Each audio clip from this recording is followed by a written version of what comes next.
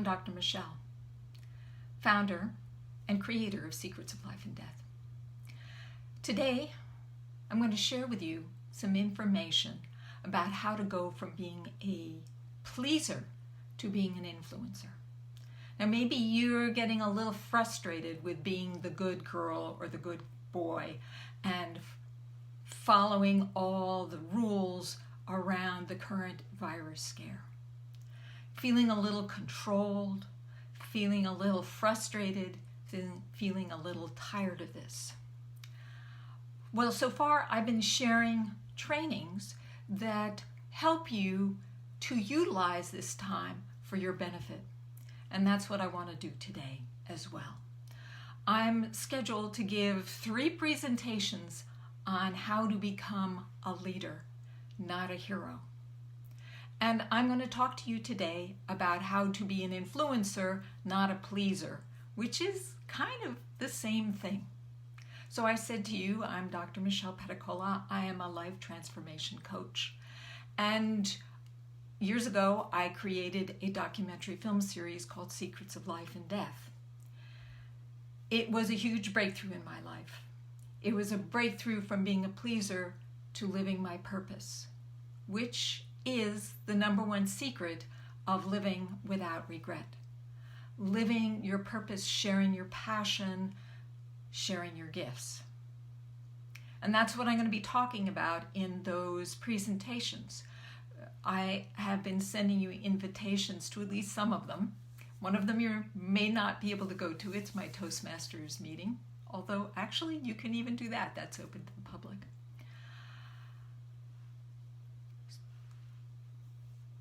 So after my mother died, before she died, she conveyed to me the importance of living your purpose. And as a result of that, I made 3 documentaries, films. It was my passion to wake other people up. In fact, that is my purpose, to wake people up to the extraordinary, short, and wonderful time we have in this lifetime, and to use it to our purpose, to share our gifts, to do what we are meant to be doing in this life. That each of us is unique and we have a role to play. But there are things that get in the way of doing that. And one of those things is being a pleaser. The solution to that is to shift into being a leader. But I have to tell you that until 4 years ago, I knew nothing about leadership. And it seemed to me that being a pleaser, yes, having a purpose, but still being a pleaser was not a bad place to be. I'm a coach, and people felt safe with me. And I got to play hero, that is rescue. But it doesn't work. And I don't want you to make the same mistake. I don't want you to wait until you're as old as I am to find out this really key secret, which is leadership. And you're going to learn a lot more about what I mean by leadership. But first, let's take a look at what it means to be a pleaser hero.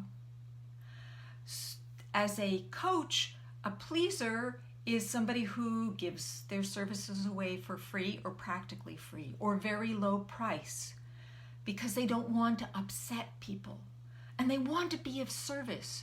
And I understand you want to be of service. However, what I have learned is that to be of service, you actually need to be a leader. And this comes from my own experience with my parents, both of who played hero all the time. So if you're a mom and maybe not a coach, this is relevant to you too. That when you are a pleaser, when you play hero, when you take care of your kids, when you're that helicopter mom, you're actually preventing your children from growing, from developing their own capacity. And that's what happened to me. My father loved to play hero. So where did that leave me? That left me with being damsel in distress and not trusting my own instincts, not trusting my own intuition, not trusting my own skills and my ability to make mistakes and learn from them. So being a pleaser, being a hero, which is one version of being a pleaser, it's more on steroids, it's more grand, is not really serving your clients. It's not really serving your purpose.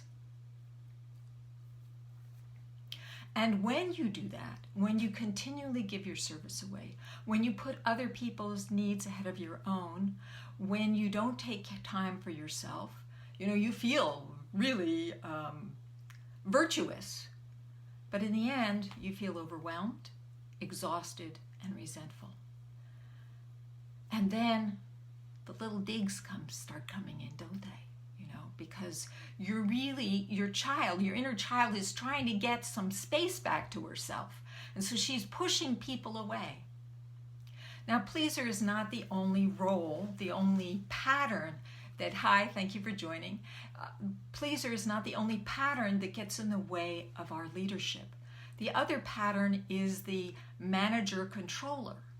And my sister-in-law is an example of this. She's also a helicopter mom, and she used to do all the papers for her sons. And she helped them, she filled out their applications for college.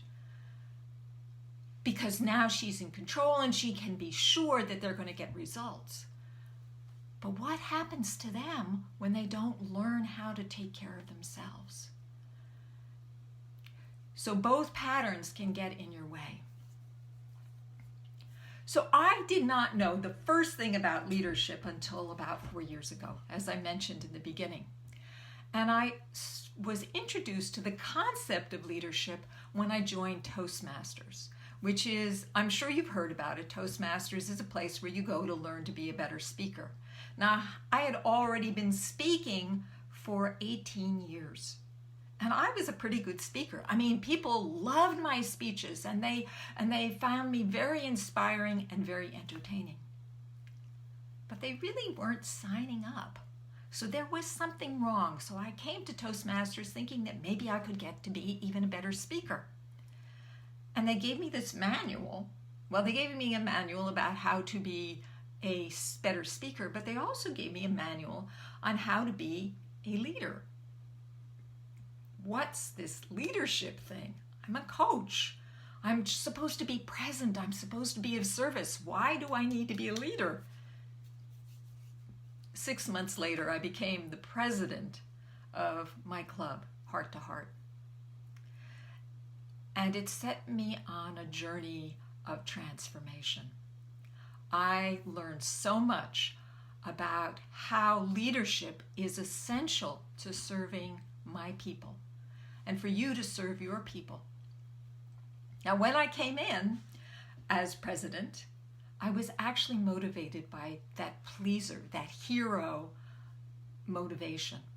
And indeed, the people that I was helping out were also heroes. So their role model was hero. The president that I replaced, he had been president for 2 years. He had come in to save the club. Hero, right? And I wanted to save him. I wanted to get him off the hook. And then the true leader of our club, the VP of membership, she had been holding it all together. She wasn't even letting the other officers or forcing the other officers to take their responsibility because she was afraid that they would leave.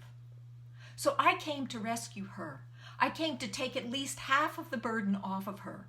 So I was going to be a hero, right?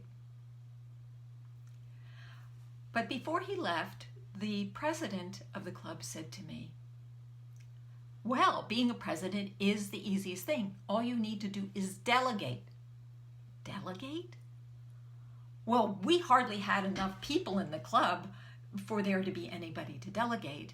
And my leader, my mentor, was saying, oh, don't put too much on people. Oh, they will quit. They will run away. So the first thing I decided I needed to do was to get more enrollment, to get more people to join the club. Well, this was so easy because this was the best club for entrepreneurs. And I knew a lot of entrepreneurs. And it was such a win-win kind of situation. I mean, what was not to like? You paid $45 every 6 months to get top-notch feedback and training. Where else could you get that? And our club was specifically for entrepreneurs, so you could actually practice your offer. I had no problem enrolling people. But you know what? I had just learned the #1 secret to being a leader. And that is conveying to the people you want to enroll what they are going to get out of it. How is it a win for them as well as for me? Former President Dwight D. Eisenhower said, "The art of leadership is to get somebody to do something you need them to do or want them to do because they want to." This is very different from a lot of the leadership that we're exposed to, the threat leadership or fear leadership or shame leadership, which seems to be very prevalent both in our corporations and in our government. This is a different kind of leadership. This is a leadership that is authentic, that comes from the heart. Now, the next thing I learned in the course of my being a leader was that people were inspired by me. Then the more successful I was, the more I changed and became more powerful, the more they wanted to be like me. They were inspired by my vision and the way in which I talked. And that was the cool thing about Toastmasters, is it actually provided me with a container for doing that. And a volunteer organization in which I had to learn how to inspire people. And so that's key #2 of leadership, is that you need to connect to people on an emotional level and inspire them instead of getting them to do things because they are afraid or they're feeling ashamed of themselves. You want to inspire them. So the #3 secret or key that I learned about leadership was trust. My people needed to trust me. They needed to trust that I was going to show up, that I was not going to quit, that I was not going to abandon them. They needed to believe in me. But in order for them to trust me, what they really needed me to be, what they really needed from me was for me to trust myself. That was what was missing from my speeches. I didn't trust. I didn't trust me, and I certainly didn't trust my audience. But I didn't understand that until the very end of my first year. I actually did president for 2 years. So the very end, I was taking a training with my mentor on speaking. And I was giving a 7-minute speech. And they kept on criticizing me and pushing me and pushing me. And finally, now wait a minute, I'm not going to tell you this story until I get a commitment from you. Because I'm sharing something that's very vulnerable. So I am inviting you to be vulnerable too. I'm inviting you to share your story. Where are you holding back? Where are you preventing yourself from stepping into your leadership and your power? And I want you to send me a message. I want you to send me an email and share your story. And I promise you, I will get back to you. I will answer your questions and support you. What I really want to know is, because I know that you who are out there in this group, my group, you've done the makeover challenge, the life makeover challenge, right? Well, where's the response here? I offered you an opportunity to have a conversation with me. What's holding you back? Did you not really do the whole thing? Did you kind of leave it by the side? What's holding you back? Where are you preventing yourself from being powerful? So back to my story. Here I am. Fortunately, it was a small group. I only exposed myself to a few people, but it was life transforming. They broke me down with their criticism, and I finally revealed that what I was afraid of was to be criticized, to be judged. I didn't want to be judged. So what was I doing? I was hiding behind my intelligence, my intellect, my authority. And you know what? It was keeping me separate. It was keeping me at a distance from the people I was trying to influence. Why? Because I didn't trust them, and I didn't trust myself, and I was afraid of rejection. And isn't that the underlying reason for being a pleaser or controller in the first place? We want to feel safe. We want to have people love us. That's why we play hero, because everybody loves a hero. Everybody does not love a leader, because a leader asks people to step out of their comfort zone. And that's what a coach needs to do too, to ask their people to push the edge, to be powerful, to go where it's not safe. And people don't like to do that.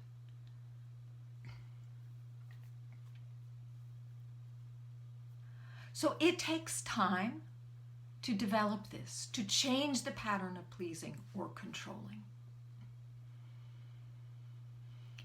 And I'm constantly finding new little,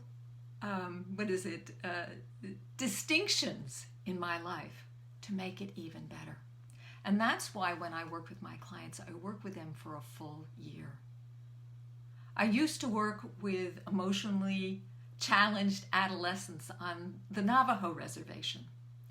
And my purpose was to change their behavior patterns, to help them to become more successful, more self-loving, and less obnoxious.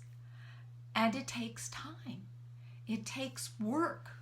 In fact, in my own life and change, I was kind of surprised at how much work it takes. But changing those patterns, it's changing the neural network that's created in your brain. And they are there as long as you keep on reinforcing them. And underneath is the fear that if you change, you're going to be rejected. And this is not small. This is huge. This is all part of what it is to be a human being.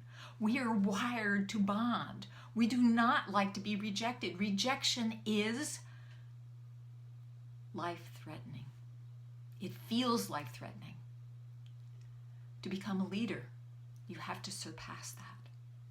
You have to get beyond that. And that's what I train. That's what I teach my clients. My clients trust me at the deepest level.